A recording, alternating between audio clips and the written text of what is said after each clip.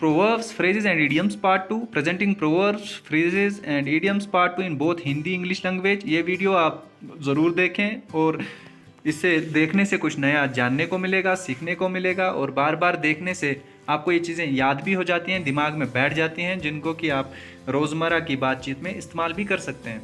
You can use these proverbs, idioms and phrases in daily conversation also.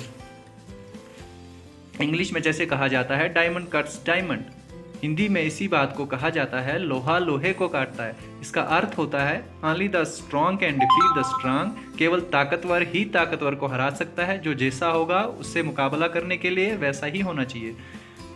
The next one is it's no use crying over spilt milk, Hindi में इसी बात को कहा जाता है अब पछताए होत क्या जब चिड़िया चुग गई खेत। इसका अर्थ होता है कुछ हो जाने के बाद उस पर पछताना नहीं चाहिए। After something happens one should not regret it, क्योंकि उससे कुछ नहीं होने वाला, जो हो गया सो हो गया। A honey tongue a heart of God, Hindi में इसी बात को कहा जाता है मुख में राम राम बगल में छुरी। ये आपने बड़ी बार सुना भी होगा। इसका अर्थ होता है ऊपर से चिकनी चौपड़ी बातें करना और अंदर से बुरे विचार रखना। Talking softly on the outside and having bad thoughts inside, तो ऐसा हमें बिल्कुल भी नहीं होना चाहिए। Pure gold does not fair the flame, Hindi में इसी बात को कहा जाता है सांच को आंच क्या। तो इसका अर्थ होता है जो सच्चा होता है उससे किसी बात का डर नहीं होता है। One who is truthful and honest has not fear of anything. The next one is the pot calling the cattle black, Hindi में इसी बात को कहा जाता है उल्टा चोर कोतवाल को डांटे। इसका अर्थ होता है खुद गलती करना और दूसरों को भला बुरा कहना। Making mistakes yourself and calling others bad and blaming them. तो अगला एक है ए ड्रॉप इन द ओशन, ये भी आपने सुना होगा। इसको हिंदी में कहा जाता है ऊंट के मुंह में जीरा। इसका अर्थ होता है जहां ज्यादा जरूरत हो वहां बहुत कम होना। To have very little where there is great need, मतलब किसी चीज का ना के बराबर होना जब जरूरी हो।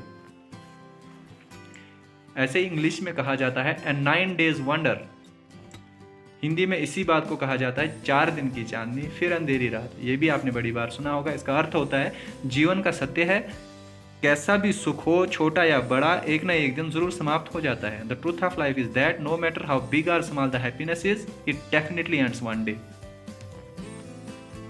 अगला एक है इंग्लिश में जो कहा जाता है क्राइंग इन विल्डरनेस, हिंदी में इसी बात को कहा जाता है भैंस के आगे बीन बजाना, मतलब मूर्ख के आगे रोए अपने नैन खोए, ये भी कहा जाता है। इसका अर्थ होता है ऐसे व्यक्ति जो मंदबुद्धि हों तथा मूर्ख हैं उससे कुछ समझाने का प्रयास करें तो ये बात स्वाभाविक है कि ना तो वो मूर्ख व्यक्ति कुछ समझ पाएगा और हमारा समय भी नष्ट हो जाएगा।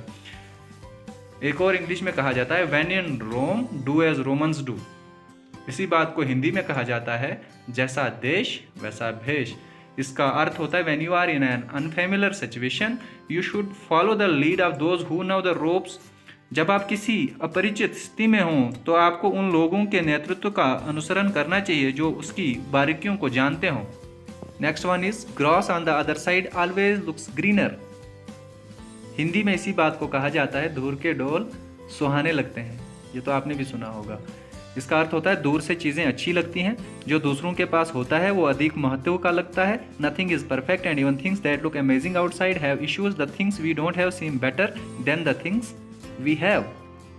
दूर के ढोल सुहाने लगते हैं मुहावरे का अर्थ हम विस्तार से समझने की कोशिश करेंगे। किसी वस्तु का दूर से अच्छा लगना पर पास जाने पर वही खराब प्रतीत होना, अर्थात उसकी असलियत का पता लग जाना। कभी किसी के शादी ब्याह या किसी उत्सव में यदि आपने ढोल सुना हो तो दूर से मनमोहक प्रतीत होता है, पर वही यदि आप ढोल बजाने वाले के नज़दीक जाके खड़े हो तो पता चलता है कि ढोल की धुनी कितनी तेज़ और कर्कश है। वही ढोल की आवाज़ जो दूर से सुंदर लग रही थी पास खड़े होने पर कानों के पर्दे फाड़ देगी, ऐसा प्रतीत होता है। Thank you for watching the video. ऐसे विषयों पर अधिक वीडियो देखने के लिए चैनल को सब्सक्राइब करें, लाइक करें और शेयर करें। To watch more educational videos please like and share and don't forget to subscribe my YouTube channel GK Study House. Thank you.